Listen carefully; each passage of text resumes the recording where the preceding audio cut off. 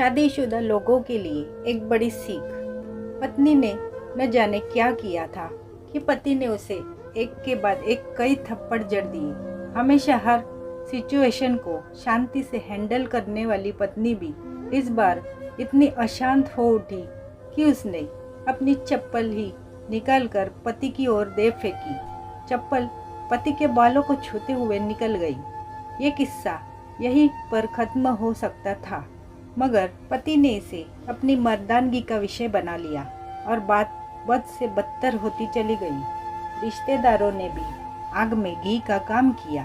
किसी ने कहा, जो औरत अपने पति को चप्पल से मार सकती है वो ना ही तो वफादार हो सकती है और ना ही पतिव्रता। ऐसी औरत परिवार ही नहीं पूरे समाज पर कलंक की तरह है। बीवी के पक्ष वाले कहाँ पीछे रहने वाले थे।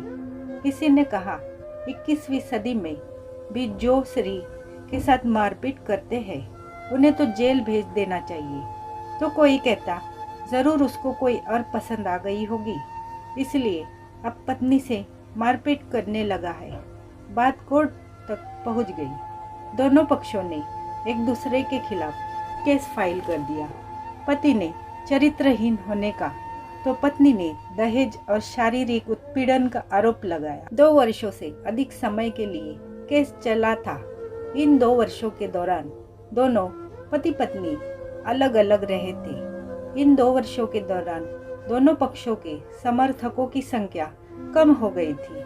पहले जहां दोनों पक्षों में समर्थकों का समूह होता था, अब गिने चुने लोग रह गए थे। पति और पत्नी दोनों की आर्थिक स्थिति भी इस समय के दौरान नीचे गिर चुकी, जिन्हें वो अपना शुभ चिंतक समझ रहे थे। पैसों की बात आते ही उन्होंने भी अपना पलड़ा झाड़ लिया था। अगर कोई देने को राजी भी हुआ तो मोटे ब्याज की शर्त पर। आखिरकार वही हुआ जो सब चाहते थे, डाइवोर्स। हर कोई खुश था। दोनों पक्षों के रिश्तेदार, उनके माता पिता और दोनों के वकील। लेकिन 5 साल की सुखद शादी और एक सुंदर बेटी होने के बाद मिले इस डाइवोर्स से पत्नी मुक्त थी और पति शांत। शायद ये एक इत्तेफाक ही था कि इस खुशी को मनाने के लिए दोनों पक्ष के लोग एक ही चाय की टपरी पर बैठे। आमने सामने। इत्तेफाक इसलिए क्योंकि ज़्यादातर लोग जो एक दूसरे के विरोध पक्षों को सपोर्ट कर रहे थे वे एक दूसरे को अच्छे से जानते भी नहीं थे। पति पत्नी भी इन सभी से एक दूसरे के सामने मेज पर बैठी। पत्नी ने पति से कहा, अब तो खुश हो गए ना, तुम्हारे मन की जो हुई है। मुबारक हो, तुम भी दो, आज जीत गई हो। मुझसे तलाक तो तुम्हें मिल ही गया है। Congratulations to you too. पति ने कहा, तलाक को तुम जीत का प्रतीक समझते हो? पत्नी ने पूछा। पति चुप रहा। थोड़ी देर की शांति के बाद पति ने कहा, मुझे तुम्हें 5 लाख रुपए अभी और हर महीने 8,000 देने का आदेश है। अभी मेरे पास पैसे नहीं है, इसलिए मेरा जो सिटी में फ्लैट है उसे तुम्हारे नाम कर देता हूँ। पत्नी बोली, लेकिन उस फ्लैट की कीमत तो 18 लाख की है। हाँ, लेकिन हमारी बेटी तुम्हारे साथ है और आगे जाके उसके खर्च भी बढ़ेंगे तो तुम्हें थोड़ी आसानी होगी। पति ने कहा, नहीं, मुझे सिर्फ 5 लाख ही देना और तुम हर महीने 8,000 तो देने वाले ही हो। मैं मैनेज कर लूंगी। अगर 5 लाख नहीं है तब भी कोई बात नहीं, पत्नी बोली। दोनों फिर से शांत हो गए। पति सोचने लगा, कितनी भोली और समझदार है ये औरत, जो कुछ समय पहले तक मेरी पत्नी थी और अब अनजान। ये वही है जो कम से कम खर्चे में घर चलाती और पैसे बचाकर मेरे जन्मदिन और बर्थडे पर हमेशा मेरे लिए नए कपड़े खरीद लाती।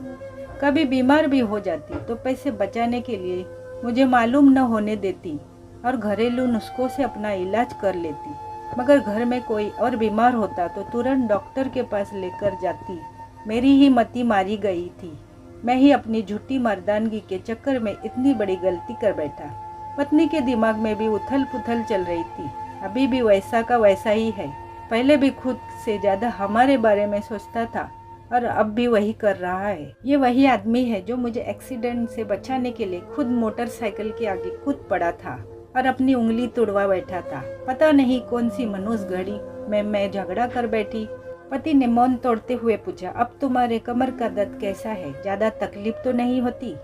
पत्नी हल्का सा मुस्कुराई और बोली, अभी भी होता है, अब तो पेट में भी क्रैम्प्स उठते हैं। वो तो होगा ही, तुम योगा या कसरत भी तो नहीं करती हो, अब किसी गायनोकोलॉजिस्ट को ज़रूर दिखा लेना। पति ने कहा, तुम बताओ तुम्हारा अस्थमा कैसा है, अब भी दौरे पड़ते हैं? पत्नी ने पूछा।